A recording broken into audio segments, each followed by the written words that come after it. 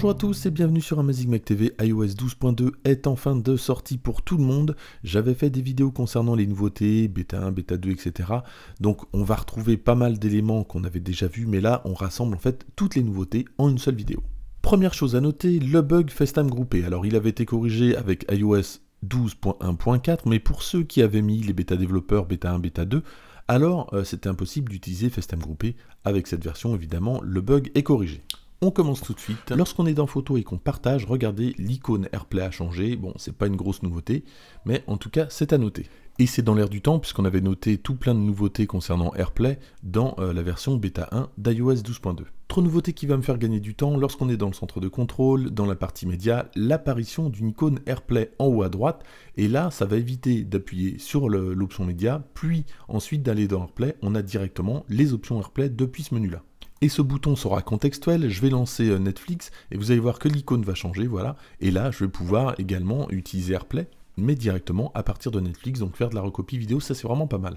Et toujours dans le côté pratique et dans le côté AirPlay, puisque vraiment iOS 12.2 est tourné vers AirPlay et toutes les nouveautés qui vont à côté, lorsque je vais être dans le centre de médias et que je vais avoir sélectionné l'Apple TV, alors à gauche, je vais avoir directement un raccourci qui va me lancer la télécommande, comme on pouvait le faire dans iOS 12.2 avec les nouveautés, voilà, la télécommande, depuis le centre de contrôle. Ça, c'est vraiment très pratique. Pour ceux qui ne l'auraient pas vu, le bouton se trouve à gauche du bouton retour rapide. On continue avec 4 nouveaux animojis. Un hibou, une girafe, un requin et un sanglier. Alors, pour ces nouveautés, pas de nouvelles fonctions. On va toujours pouvoir tirer la langue, cligner d'un œil, mais on ne va pas pouvoir, par exemple, faire des petits bruits. Ça, c'est dommage, ça viendra peut-être dans une version ultérieure. Donc ça, c'est pour la girafe. On a aussi donc le requin. C'est sans doute, à mon avis, le plus réussi. Regardez comment il a l'air féroce. On enchaîne sur le hibou.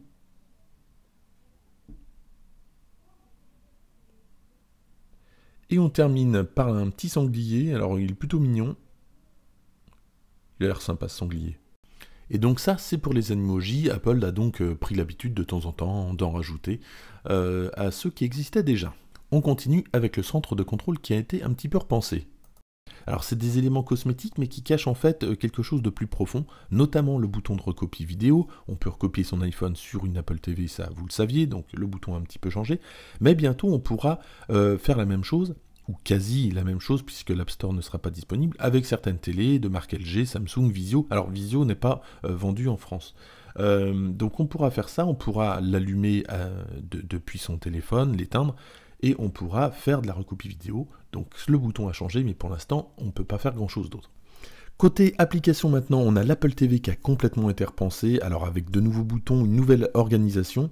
On voit donc un nouveau bouton, la petite loupe, qui correspond en fait à l'application recherchée qui se trouve dans l'Apple TV, mais le bouton physique de la loupe n'existe pas sur la télécommande de l'Apple TV. Alors à quoi ça sert? Ça permet de rechercher des applications, mais également des séries, des films, et également des artistes. Donc c'est plutôt pas mal. Je regrette toujours qu'il n'y ait pas sur justement cette application la possibilité d'augmenter le son ou de le diminuer. On peut le faire, mais d'une manière un petit peu différente. On va se rendre maintenant sur l'application musique et on va lancer Explorer. On va lancer un clip vidéo et on va se rendre compte que depuis la mise à jour 12.2, on va pouvoir enfin regarder les clips vidéo en version portrait. Ça va pas directement se mettre en version paysage. Ça, c'est plutôt pas mal aussi. Donc, je vais lancer un clip vidéo.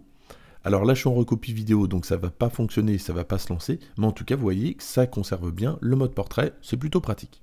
On va maintenant dans les réglages général et information et nouveautés. Alors l'ordre a été un petit peu modifié et on voit l'apparition, ça aussi, ça peut servir du modèle de l'iPhone sur lequel vous êtes. Si vous avez un doute, vous pouvez regarder ici quel est votre modèle. Alors maintenant, ma nouveauté préférée d'iOS 12.2, elle concerne Siri. Lorsqu'on demandait avant à Siri de mettre un titre ou un groupe, on avait un petit encart qui disait simplement « La lecture est en cours ». Maintenant, lorsqu'on va dire à Siri de mettre un groupe, on va avoir la chanson qui va se mettre en marche, évidemment, et on va avoir toutes les commandes audio, on va pouvoir modifier le son, arrêter, passer, ça c'est vraiment super pratique. On reste dans la musique, lorsqu'on fait une recherche par artiste, on a 4 résultats maintenant, on en avait 3 avec la version précédente. On va maintenant dans Safari et à gauche de la barre d'adresse, on va retrouver une information si le site est ou non sécurisé, donc non sécurisé pour celui-ci, et si vous êtes sur un site sécurisé, vous allez avoir le petit cadenas. On reste dans Safari, on va du côté des recherches cette fois-ci, avec une meilleure pertinence des recherches. Alors comment ça fonctionne? On cherche un mot, alors ici je vais chercher Apple, ça va me proposer des mots avec Apple, comme Apple Watch, et je peux cliquer sur Apple Watch, ça va me renvoyer tous les résultats liés à l'Apple Watch. Mais si je clique sur la petite flèche qui se trouve à droite, je vais avoir encore plus de possibilités de choix liés à l'Apple Watch. Je vais pouvoir prendre Apple Watch 4, 3, etc. Donc c'est vraiment plus affiné, plus précis.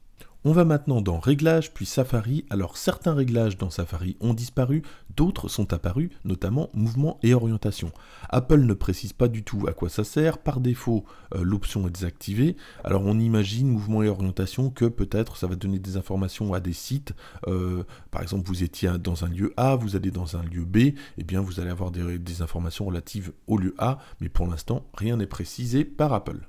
Quelques nouveautés sur Wallet, alors aux États-Unis uniquement, et du coup en France on se retrouve simplement avec un bouton noir à la place d'un bouton bleu, donc pas vraiment très intéressant, et peut-être une animation qui a changé ou deux, mais c'est surtout, en fait ça concerne le fait de s'envoyer de l'argent entre personnes, et là donc en France ça n'existe pas, donc pas de nouveauté pour la France. Et tant qu'on est dans les nouveautés qu'on n'aura sans doute jamais, Apple News va bientôt être disponible au Canada, en anglais et en français, mais là encore, pour la France, aucune nouveauté de ce côté-là. Dans les réglages de plan, on a la possibilité de cocher une case qui s'appelle Indice de la qualité de l'air. Alors là encore, en France, ça ne fonctionne pas. En France, voilà ce qu'on a. On a simplement la température du lieu actuel. Mais si on va dans d'autres pays, comme les États-Unis, là, on va pouvoir avoir un indice de la qualité de l'air. Et pour cela, il faut zoomer jusqu'à arriver dans une ville. Et en dessous, la température, on a bien la qualité de l'air. Dernière nouveauté d'iOS 12.2, elle concerne le temps d'écran et notamment le temps d'arrêt, avec la possibilité, lorsqu'on va dans les réglages donc de temps d'écran puis temps d'arrêt, de personnaliser les jours de temps d'arrêt, alors qu'avant le réglage était pour tous les jours. Et ça, je trouve ça plutôt pratique. Si vous avez des enfants et que le week-end vous souhaitez les laisser un petit peu plus sur leur téléphone, on peut le modifier ici.